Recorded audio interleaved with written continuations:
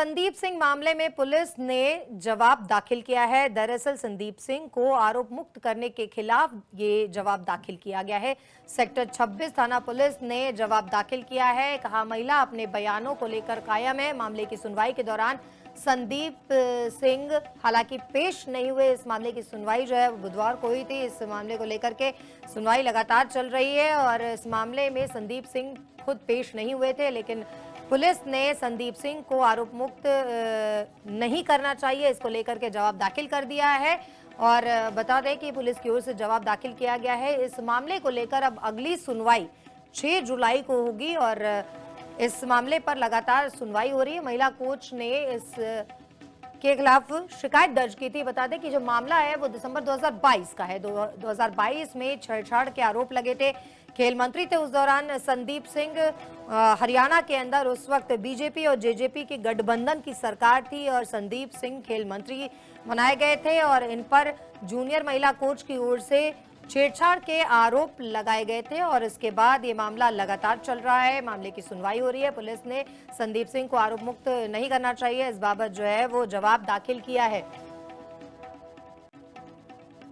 हरियाणा के पूर्व खेल मंत्री संदीप सिंह और जूनियर महिला कोच का जो मामला है, लगातार इस पर सुनवाइयां हो रही हैं और अभी हाल ही में चंडीगढ़ पुलिस का इस मामले में कोर्ट में जवाब भी दिया गया है और अगली सुनवाई इस मामले में 6 जुलाई को होनी है। आखिरकार अभी तक इस मामले में क्या कुछ हुआ है और कोर्ट का क्या कहना है, बातचीत करेंगे। हमारे साथ याचिकाकर्ता के वकील हैं दीपांशु बांसल, इनसे जानते हैं अभी तक की अगर बात की जाए तो केस चलते को भी काफी समय हो गया है, क्या कुछ अभी इस केस में हुआ है?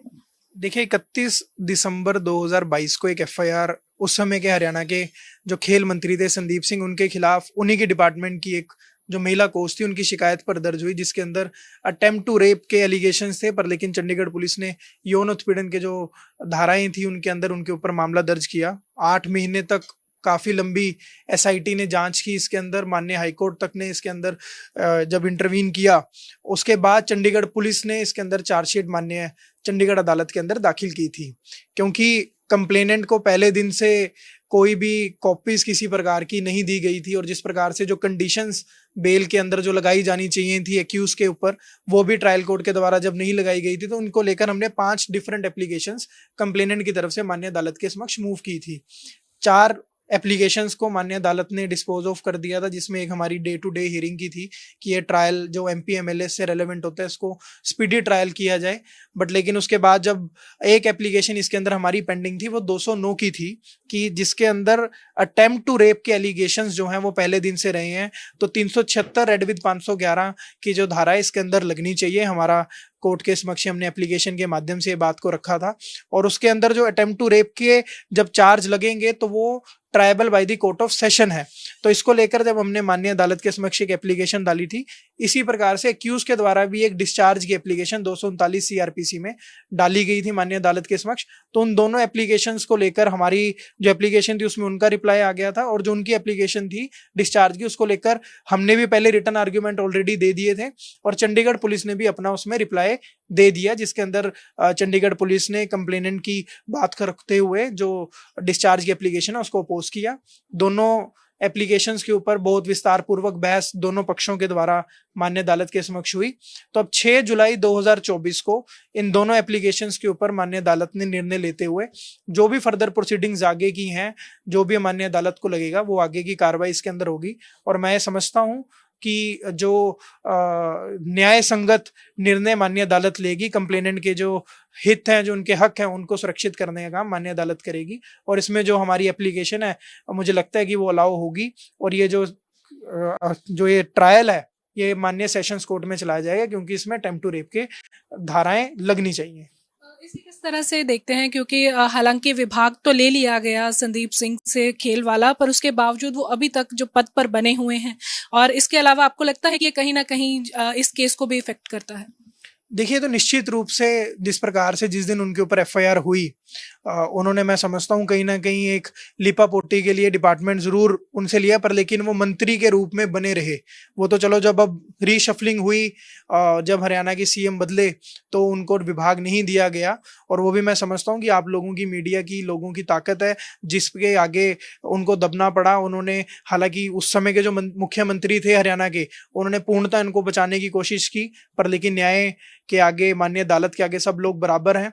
और मैं समझता हूं कि जिस प्रकार इन्फ्लुएंस की बात है, इन धाराओं में अगर किसी आम व्यक्ति के खिलाफ मामला दर्ज होता है, तो पुलिस, चाहे वो चंडीगढ़ की हो, चाहे वो हरियाणा की हो, या कहीं की भी हो, वो बिना किसी देरी के उसमें अरेस्ट करने का काम करते हैं।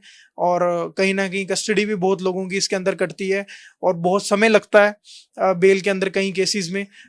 ये तो एक ऐसा केस हमें देखने को मिला जहां पे, क्योंकि वो मंत्री थे और जिस प्रकार से बिना अरेस्ट किए ही उनको चार्जशीट माननीय अदालत के समक्ष जिस प्रकार से फाइल हुई, और उसके साथ साथ जो कंप्लेनेंट थी उनको सस्पेंड तक डिपार्टमेंट ने, सरकार ने करने का काम किया। उनके खिलाफ प्रोसीडिंग्स, डिपार्टमेंटल प्रोसीडिंग शुरू करने का काम किया कि जिससे वो अपनी आवाज को दबाएं और कहीं ना कहीं सरकार के आगे झुकें। पर मैं समझता हूं कि वो अपनी लड़ाई को बड़ी मजबूती से लड़ रही हैं और आने वाले समय में जो भी रिजल्ट्स आएंगे वो उनके फेवरेबल होंगे। अब अगली सुनवाई जो है इस मामले में 6 जुलाई को होनी है, उस दिन कौन कौन सी अर्जी मूव की जाएगी और आपकी तरफ से क्या पक्ष रखा जाएगा? नहीं, देखिए, इसके अंदर अर्जी तो मैं समझता हूँ कि कोई भी इसके अंदर अब नहीं आने का इस स्टेज के ऊपर कुछ रहेगा, क्योंकि उनकी डिस्चार्ज की एप्लीकेशन थी, उस पर बहस हो गई। हमारी कमिटल ऑफ ट्रायल की जो एप्लीकेशन थी उसके ऊपर बहस हो गई है, और उसके अंदर माननीय अदालत, मैं समझता हूँ कि दोनों एप्लीकेशंस के ऊपर अपना निर्णय देकर आगे की कार्रवाई उसके अंदर होगी। इसके अंदर एप्लीकेशन तो हमारी तरफ से तो अभी स्टेज के ऊपर कोई नहीं आएगी। तो ये थे हमारे साथ एडवोकेट दीपांशु बंसल, जिन्होंने बड़े विस्तार में बताया है कि ये जो केस चल रहा है पूर्व मंत्री संदीप सिंह के ऊपर जूनियर महिला कोच के शारीरिक शोषण का, तो इसके ऊपर अभी तक क्या कुछ हुआ है। और हाल फिलहाल में आपको बता दें कि 6 जुलाई को एक बार फिर से इस केस में सुनवाई होनी है। वीडियो जर्नलिस्ट शिवम के साथ लिविंग इंडिया के लिए पंचकुला से हरसिमरत।